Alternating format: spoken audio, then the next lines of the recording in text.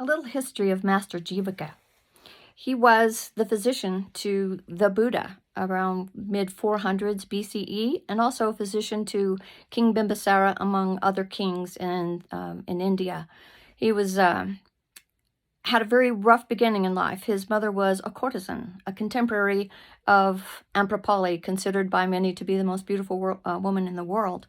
And the people in the village actually recruited the mother of Jivaka before he was born to be a courtesan, to make people happier and make the community more vital. So boys were not of any value to a courtesan. Girls were kept, and he later had a sister that she did keep, but he was thrown out with the trash. And as it happened, King Bimbasara's son was driving by on with his horse and his men, and they saw a big commotion with crows in the trash. And they went to investigate, and they pull up the baby and say, "He's alive," meaning Jivaka. So the prince took him back to the palace of King Bimbasara, and he stayed there till he was about 13, and he realized he wasn't royalty. So even though there are some stories that say he was the illegitimate son of King Bimbasara's son, but others say, there was no blood tie.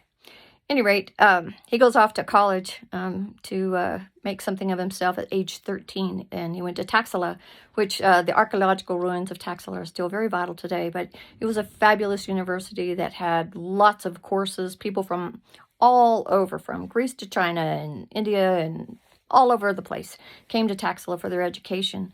And he studied medicine and herbology and was an excellent student, known far and wide for his intellect.